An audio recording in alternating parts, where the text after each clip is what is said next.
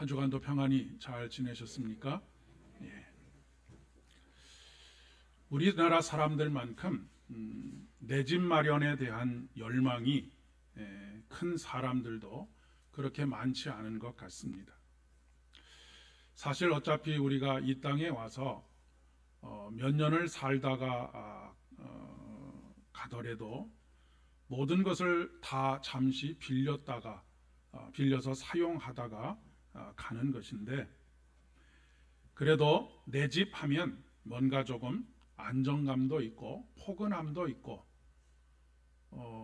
두 다리를 쭉 펴고 나만의 쉼을 얻을 수 있는 그런 곳이라고 느껴지기 때문일 것입니다.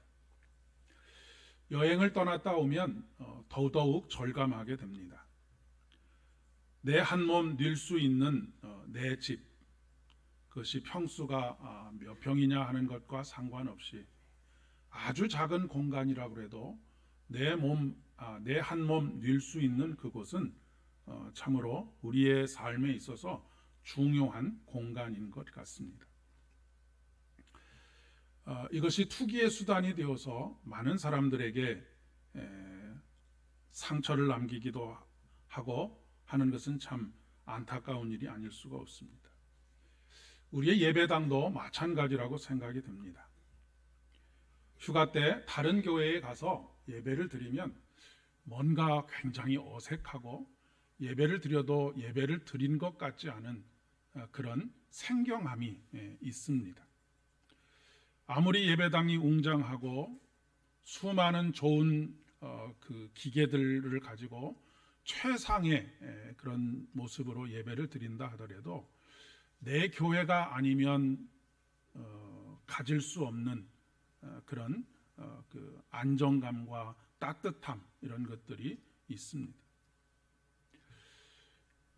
이곳에 와야지만 누리게 되는 내 집과 같은 평안함이 있는 것이죠. 보금자리라고 하는 말을 사용합니다. 우리가 그 은행에 대출을 받는데도 보금자리론이라고 하는 것이 있더라고요. 그래서 보금자리가 뭔가 하고 사전을 조금 찾아봤습니다. 두 가지 의미가 있는데, 한 가지는 새들이 깃드는 둥우리라고 하는 의미를 가지고 있고, 또 다른 하나는 지내기에 편하고 포근하고 평화롭고 아늑한 그런 공간을 보금자리라고 이야기를 하고 있었습니다. 사도 바울의 일평생의 관심은 예수 그리스도 안에서 자기 자신이 발견되는 것이었습니다. 그래서 그는 빌립보서 3장 8절로 9절 상반절의 말씀에 보면, 그러나 무엇이든지 내게 유익하던 것을 내가 그리스도를 위하여 다 해로 여길 뿐더러 또한 모든 것을 해로 여김은 내 주 그리스도 예수를 아는 지식이 가장 고상함을 인함이라. 내가 그를 위하여 모든 것을 잃어버리고 배설물로 여김은 그리스도를 얻고 그 안에서 발견되려 함이니라고 고백하고 있습니다. 예수를 얻고 그 안에서 발견된다라고 하는 것은 무엇일까요? 그것은 어떻게 보면 영혼의 안식처, 내 집을 마련하는 것이다라고 그렇게 비유해 볼 수 있을 것 같습니다. 아무리 화려한 호텔이나 다른 곳에서 여러 날을 지내도 내 집만한 평안함과 아늑함과 따뜻함과 온화함을 느끼지 못하는 것이죠. 우리의 인생이 그렇습니다. 아무리 좋은 침대에서 자고 아무리 맛있는 것을 먹어도 우리 마음에 평안이 없으면 그 모든 것들이 사실은 우리의 영양분이 되지도 않고 오히려 우리에게 큰 공허함만을 남기게 되고 마는 것이죠. 사도 바울이 그가 중요하게 여기던 모든 것들을 다 배설물처럼 여기면서까지 그리스도 안에서 발견되려고 하는 이유가 여기에 있는 것입니다. 좋은 침대가 편안한 잠을 가져다 주지 못하는 것과 마찬가지라고 이야기하겠지요. 좋은 침대가 아니라고 하더라도 평안한 잠을 누릴 수 있다라고 한다면 그 평안한 잠을 선택하지 않겠습니까? 잠을 날마다 설치는데 몇백만 원짜리 침대에서 자봐야 무엇하겠습니까? 그러니까 사도 바울이 모든 것을 배설물로 여기고 예수를 얻고 예수 안에서 발견되기를 원했던 이유는 바로 이 따뜻함과 온화함이 있고 평안과 안식이 있는 영혼의 안식처인 예수를 발견하고 얻고 만나고자 했기 때문이다라고 이야기를 할 수가 있겠습니다. 잠시 머무는 것이 아니라, 잠시 우리의 마음속에 만족을 주는 것이 아니라 영원한 내 집, 그 집을 살아가고자 했던 것이죠. 그런 차원에서 본다면 제가 지난주에도 잠깐 말씀드렸지만 영끌이라고 하는 단어가 요즘 굉장히 이 사회 속에서 중요한 키워드가 되어 있다라고 하지 않았습니까?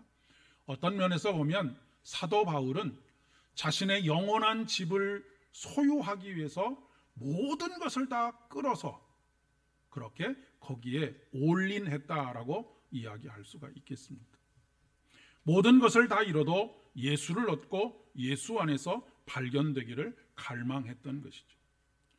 그래서 사도 바울이 통상적으로 사도 바울 27권의 신약 성경 중에서 13권을 사도 바울이 썼다라고 그렇게 이야기되어지고 있는데, 그의 모든 편지 속에서 그리스도 안에, 주 안에라고 하는 이 표현이 무려 165번에 걸쳐서 등장을 합니다.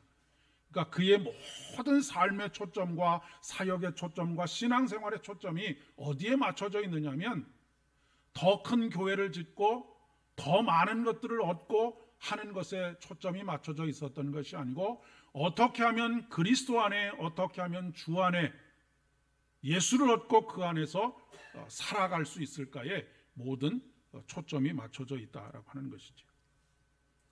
유명한 초대 교부인 어거스틴은 삶의 만족을 위해서 그의 젊은 날 동안 항상 쾌락을 쫓아다녔고 만족을 추구했고, 그 쾌락을 위해서 술과 여자를 탐닉했던 사람입니다.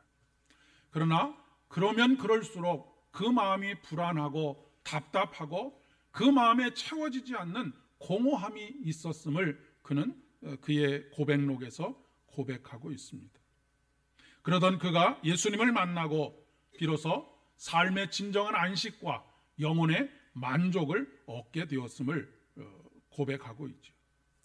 그래서 그는 후에 인간은 하나님을 향하도록 창조되었다. 인간은 오직 하나님 안에서만 진정한 만족을 느낄 수 있다라고 그렇게 고백하고 있습니다. 오늘 디모데후서 4장 6절 이하에서 사도 바울은 이렇게 고백합니다.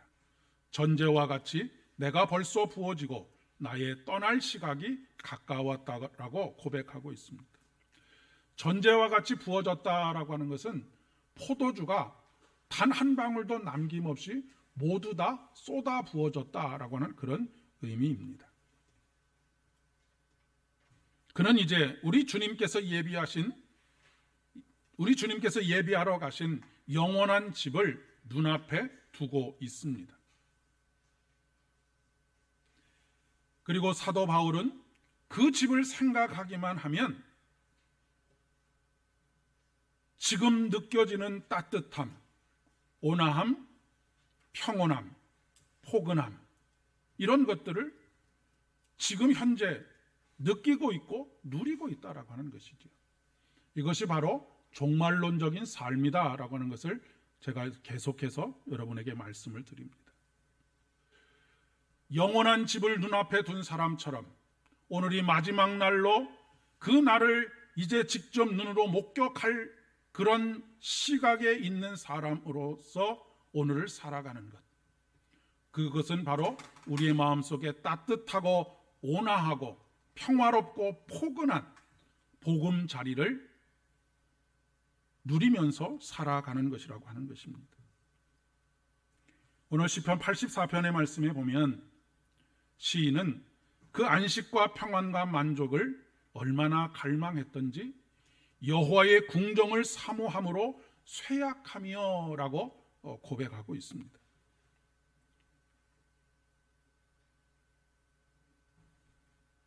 사도 바울의 싸움은, 그리고 그가 달려가는 모든 길 끝에는 주 안에서 발견되는 것, 바로 주님의 품에 안겨서 영원한 안식과 평안과 만족을 누리는 것이었습니다.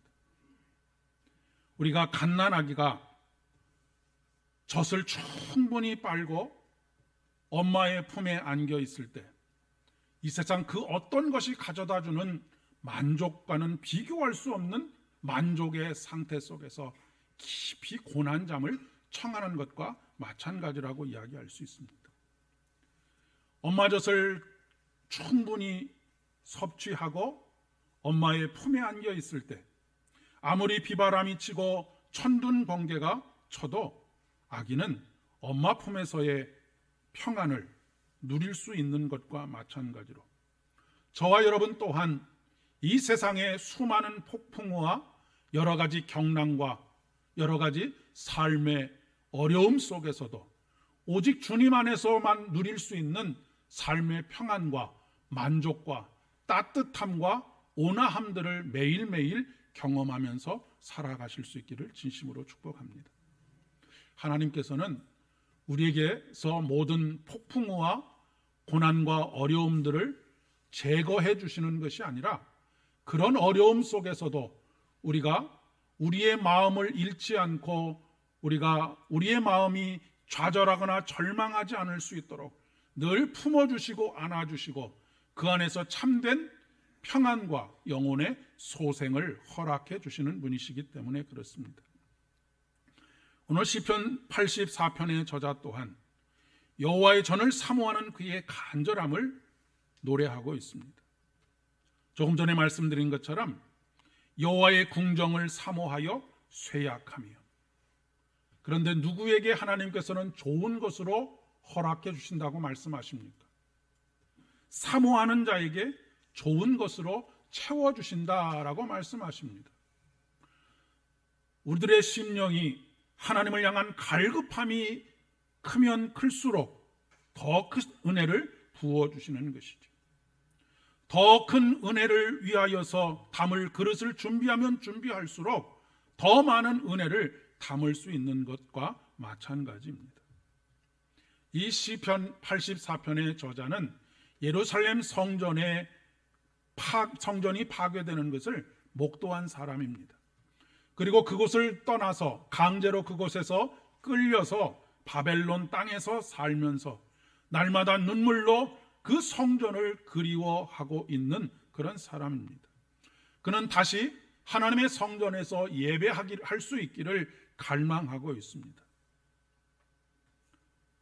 타향살이를 해본 사람만이 고국의 따뜻함과 고국에 대한 그리움이 얼마나 사무치는가 하는 것을 느낄 수 있는 것과 마찬가지로 이 땅에서의 나그네 삶을 살아가는 가운데 우리들이 영원한 하나님의 집을 향한 갈망과 그 집을 오늘 우리의 삶 속에서 누리며 살아가는 것, 이런 갈망과 평안이 저와 여러분에게 있기를 진심으로 축복합니다.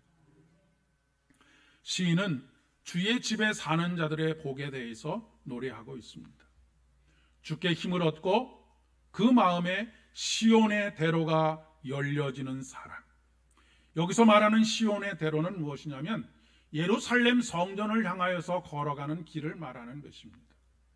이 길이 이러저러한 일들로 인해서, 바쁜 일들로 인해서 아니면 여러 가지 삶의 조건들로 인해서 열려지지 않는 것이 아니라 날마다 하나님께로 나아가는 이 길이 큰 대로와 같이 열려져서 늘 하나님을 향하여서 가까이 나아가는 그런 발걸음이 되는 그런 사람을 의미하는 것이죠.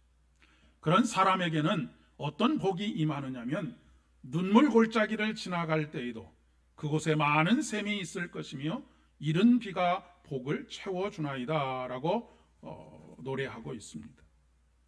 특별히 이스라엘 민족은 비와 아주 밀접한 관계를 가지고 있지요.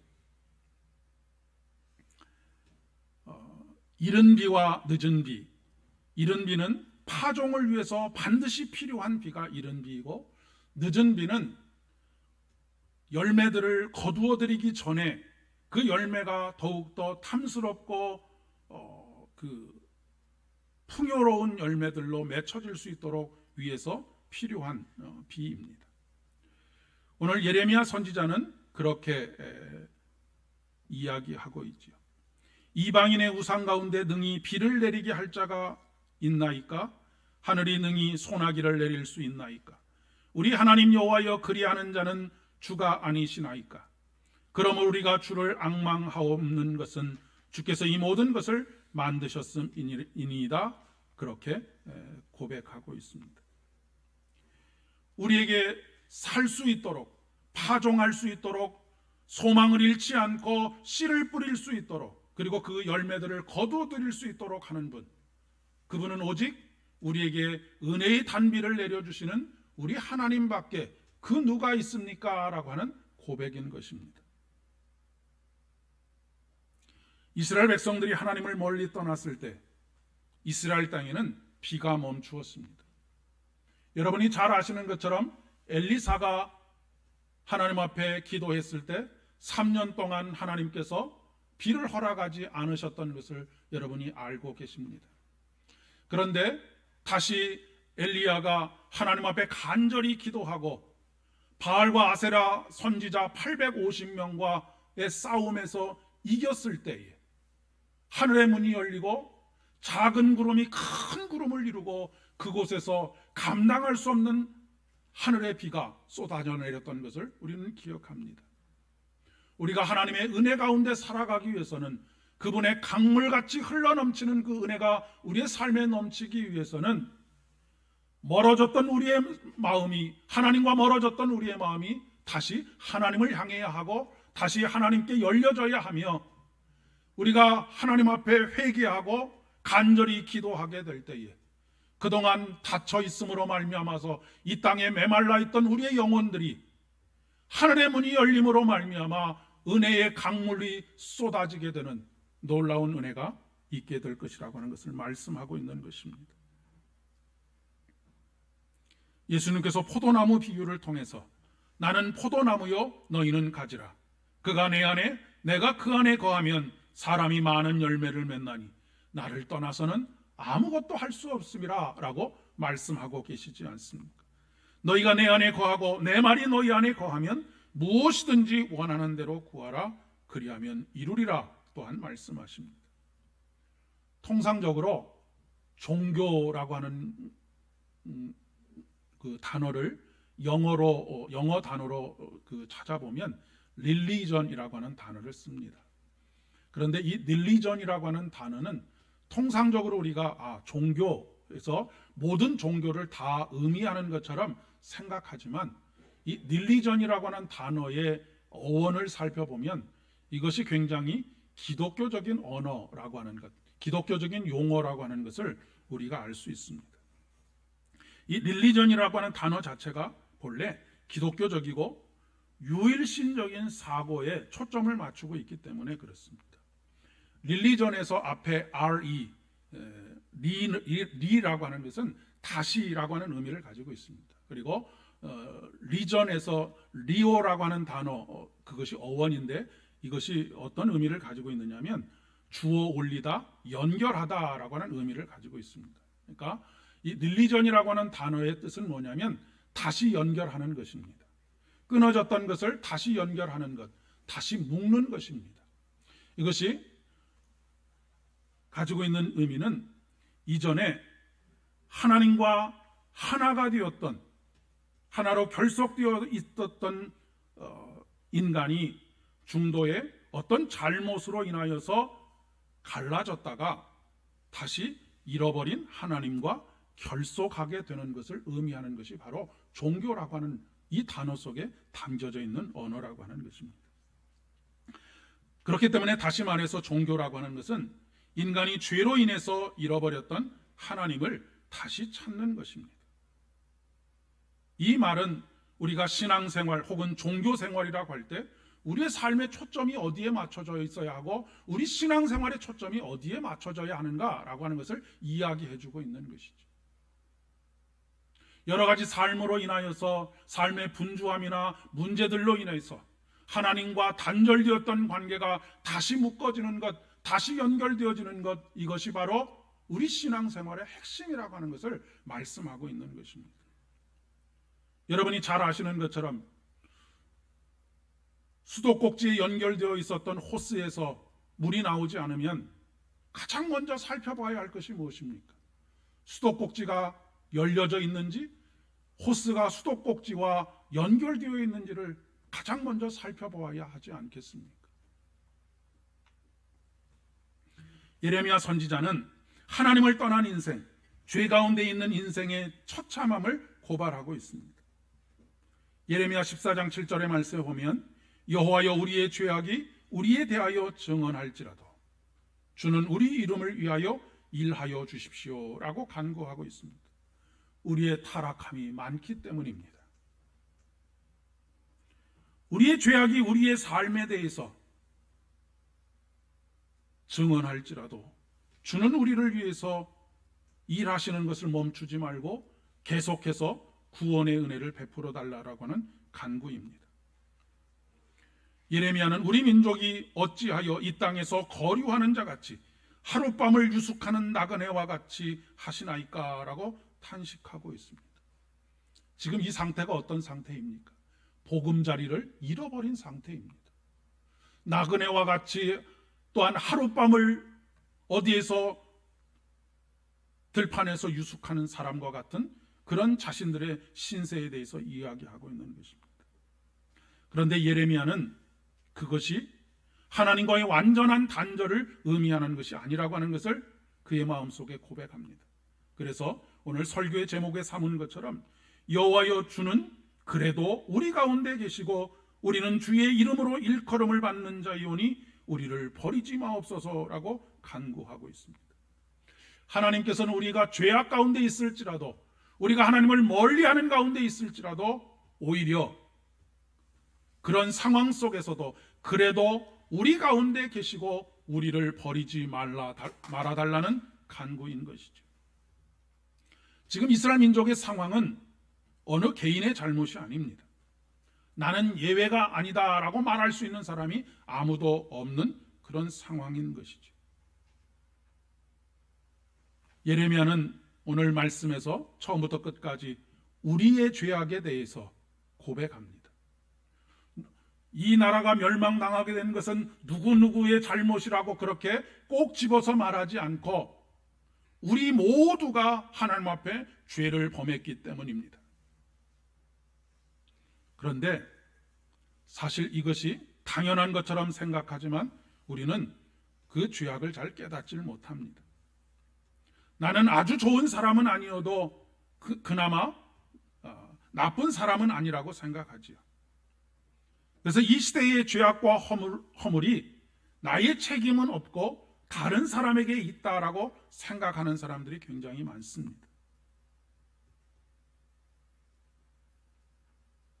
그래서 우리는 바리새인이 나는 다른 사람들 곧 토색, 불의, 간음을 하는 자들과 같지 아니하고 이 세리와 같지 않은 것을 감사하나이다라고 그렇게 고백하고 있는 것입니다.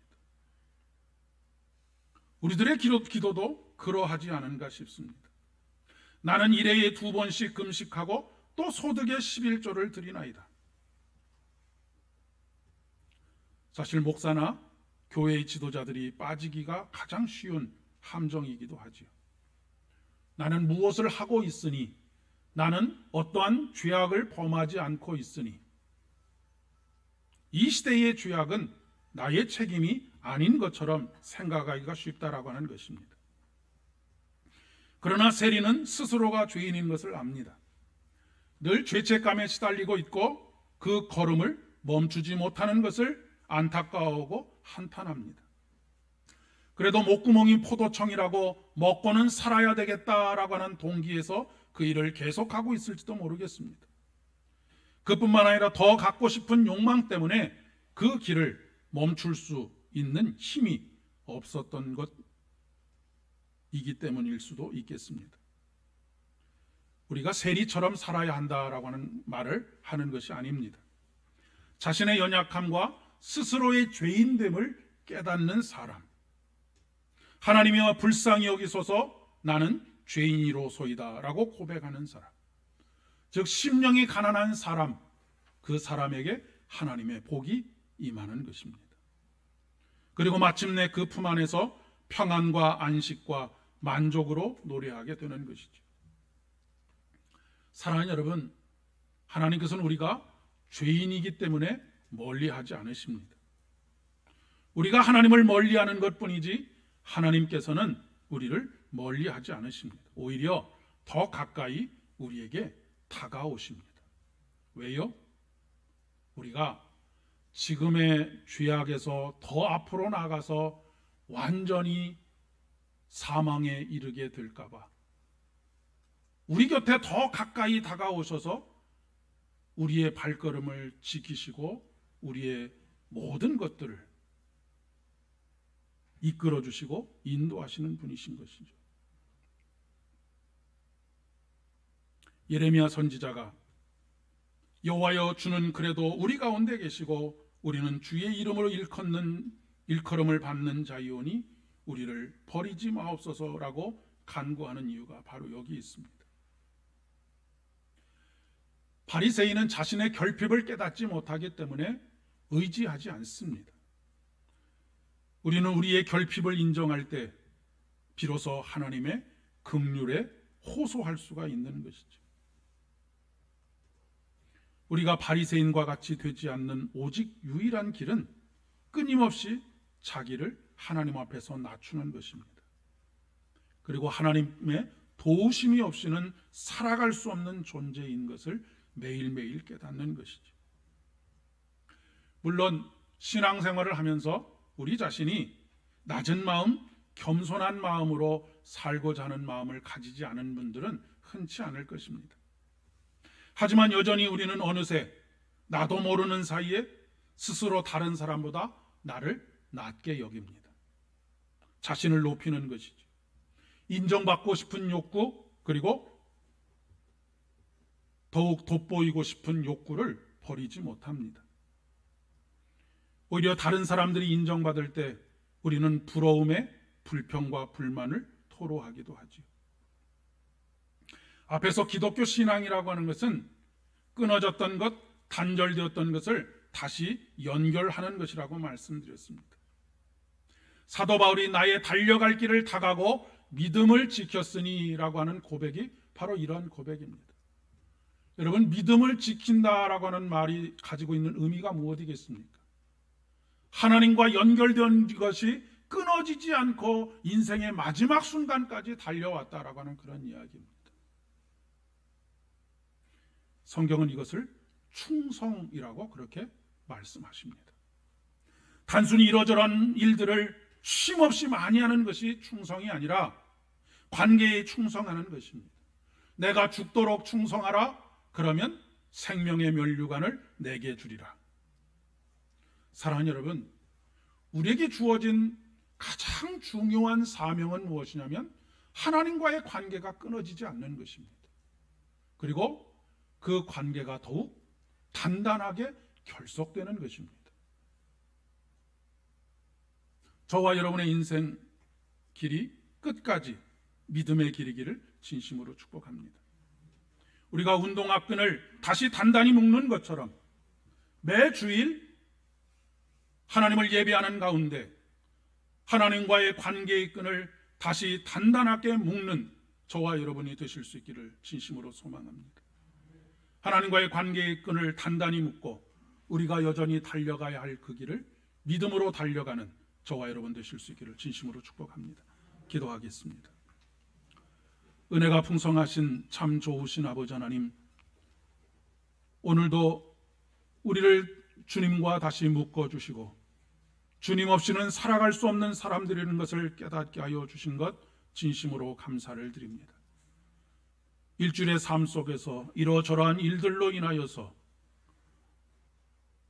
하나님과의 관계가 끊어질 위기들이 있겠사오나 그때마다 하나님 우리를 주의 은혜의 장중에 붙잡아 주셔서 날마다 주님과 연결되게 하시고 그로 말미암아 주님의 은혜를 공급받게 하시며 우리를 품어주시는 우리의 보금자리가 되시는 우리 주님 안에서 매일매일 평안과 안식을 누릴 수 있도록 도와주시옵소서. 예수님의 이름으로 기도드립니다.